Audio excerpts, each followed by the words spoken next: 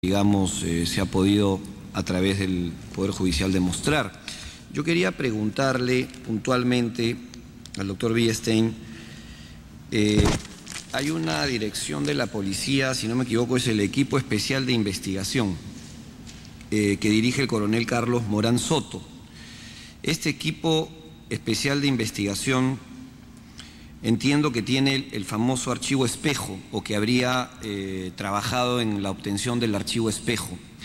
El archivo espejo lo recibe el Poder Judicial, es decir, el Poder Judicial tiene en sus manos el archivo espejo para poder comparar justamente la información que nos viene a dar hoy día, que aparentemente esto habría sido ya manipulado antes de haberlo recepcionado. Ese archivo espejo se supone que sí se hizo en la diligencia inicial. Por lo tanto, ¿hay ese comparativo entre el archivo espejo y lo recepcionado, doctor Villestein? Para que responda el doctor Javier Villestein, tiene la palabra. Muchas gracias por su intermedio, señor presidente, para responder al congresista en los términos siguientes.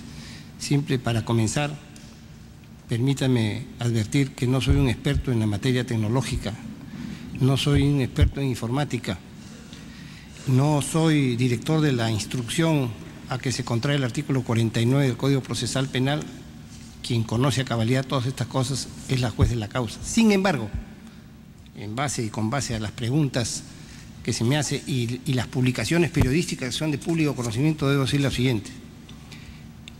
Ese documento espejo, ese archivo espejo a que usted formula en su pregunta, fue entregado por el Ministerio Público recién, sin que lo sepa el Poder Judicial que obraba en poder del Ministerio Público, recién en noviembre del año 2009, es decir, con un inexplicable atraso.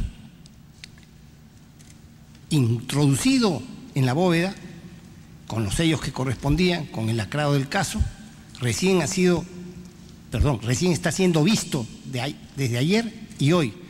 Y eso que ha sido visto ya trascendió en la prensa y ha dado lugar para entender que sí es parcialmente el originario, aunque parece ser que habría sido manipulado. ¿Por qué? Porque por lo pronto se desprende de ese documento, ya las explicaciones van a ser dadas ampliamente a partir del 12 de abril que se abre la reserva, pero lo que queda de momento claro es que ahí se desprende que los dos USB que obran en el Poder Judicial no son aquellos de que da cuenta el disco duro por el que se me pregunta. Y más bien, en este aparece que el primer disco duro que fue incautado sí coincide en el código hash, en el número de serie y en el contenido. El que debieron entregar y no entregaron. Y el otro sí no coincide ni el número de hash, ni el número de serie, ni el contenido. Eso querría decir, en el razonamiento de un incauto como yo en esta materia, que aquel que quiso sorprender al Poder Judicial le faltaba doctrina, le faltaba ciencia, le faltaba tecnología, y si manipuló algo, manipuló la mitad, se olvidó de la otra parte. Y en esa otra parte sí podríamos recuperar aquellos informes o contenidos que aparentemente fueron perdidos, pero que no se perdieron nunca, puesto que nunca nos los entregaron, por las razones que he expuesto en la parte introductoria de esta sesión, señor congresista, señor presidente. Gracias. Da la bienvenida al congresista Luis Ara y al congresista Freddy Serna. Había pedido la palabra al congresista Fonquillos, luego el congresista Sosa. Tiene la palabra el congresista Fonquillos. Gracias, presidente. Saludar al doctor Javier Villestein. Bueno, realmente lo que nos acaba de informar es sorprendente, ¿no?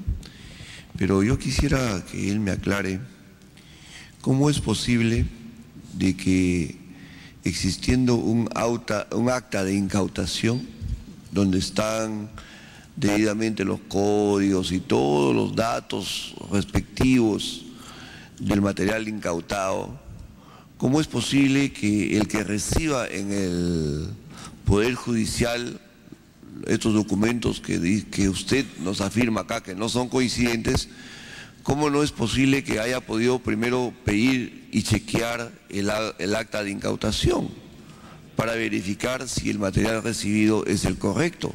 Ese es el primer paso que uno tendría que dar. Yo incauto, pongo el número de serie, pongo todos los registros del caso, pero recibo cualquier cosa. Yo creo que ahí hay una anomalía, presidente del Poder Judicial.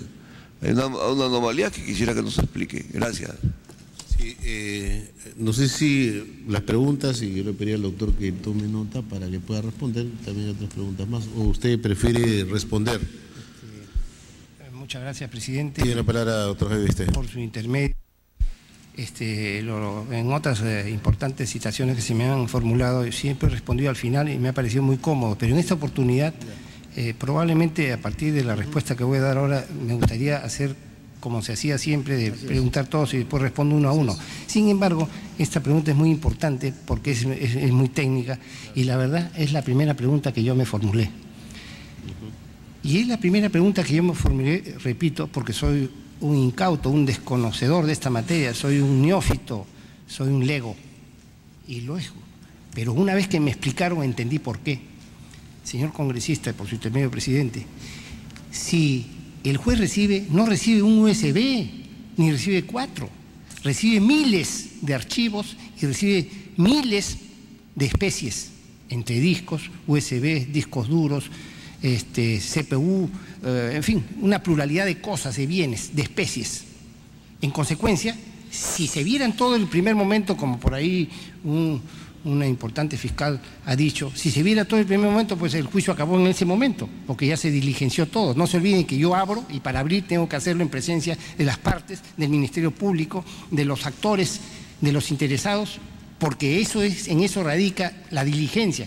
Entonces, yo en un medio de comunicación hice una primera explicación muy simple.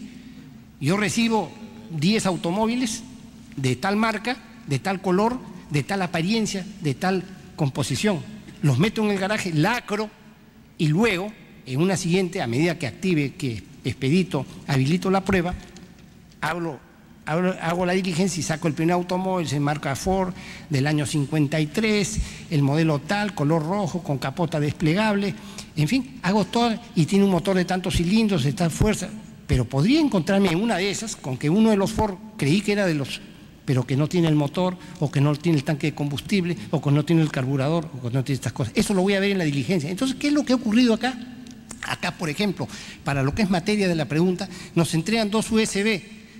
Para hacerla corta, parece que tienen la misma apariencia externa, por lo pronto son comprados en Radio Shack, son de una marca conocida, tienen un color amarillo, una determinada combinación, y son entregados en unas bolsas, en unas cajas. Entonces la juez cuando lo recibe, ve el acta y dice, un momentito, están las cajas selladas, yo no puedo dar fe. Entonces abren las cajas, deslacran las cajas y aparecen unas bolsas de plástico. Es lo que a mí se me ha explicado, congresista, por su intermedio, presidente, puesto que yo no soy el director de la instrucción. Se abre y se ve un USB amarillo, acá está otro USB amarillo, ¿de qué característica? Esa, correcto, entonces se anota y está bien el acta.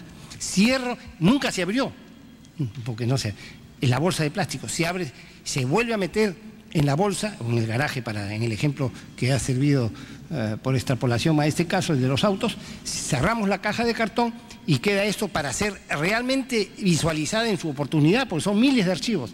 Eso es lo que ocurrió. Aparentemente eran los mismos, ¿no es cierto? Y resulta que a la hora de hacer la diligencia encontrábamos esa famosa pérdida, esa famosa actividad, ese tema que dio lugar a que yo hable de la hora histórica en diferenciación con la hora cibernética. Y dije, señores, el 4 de mayo, es decir, unos días antes del 13, en que ha habido actividad. Y me arman un muñeco, perdón la expresión, un escandalete, diciendo, señores, en el Poder Judicial se ha manipulado. Pero resulta pues que ahora casi podría decir que carece de importancia, carece de objeto por sustracción real, por sustracción no de la materia.